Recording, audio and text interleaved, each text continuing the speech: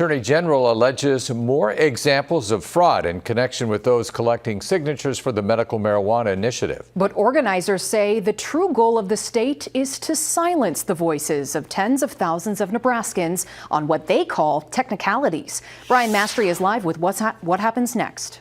Aaron, the Nebraska Attorney General claims they've uncovered 49,000 signatures in doubt with the two medical marijuana initiatives that are already on the ballot.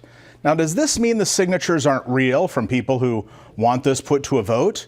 No, it doesn't mean that. Based on newly filed court documents, the state alleges that some signature collectors and then others who officially signed off on those petitions broke the rules, and for that, their logic goes, everything they touched should be tossed. Remember, the Secretary of State already said this is on the ballot. In fact, since ballots went out last week, Nebraskans are already voting on it. In-person voting began today.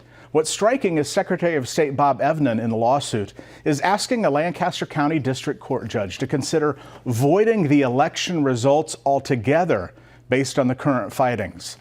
Nebraska Families for Medical Cannabis reacted with a statement saying the families of this grassroots effort are appalled the state is willing to stop at nothing to deprive Nebraskans a chance to vote on access to medical cannabis. They question the motives of the Secretary of State naming and attacking patients and caregivers who've been fighting for access for a decade, calling it both sickening and wrong.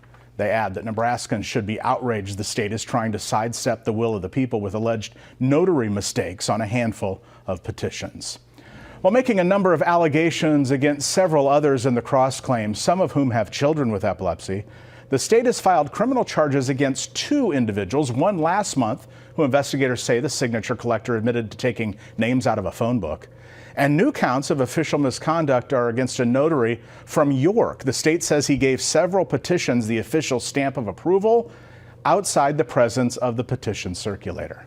The families remind everyone that 114,000 people signed those petitions, well above what was needed to put it to a vote. The civil trial is moving fast. It's scheduled a few days before Election Day. On your side, Brian Mastry, 6 News.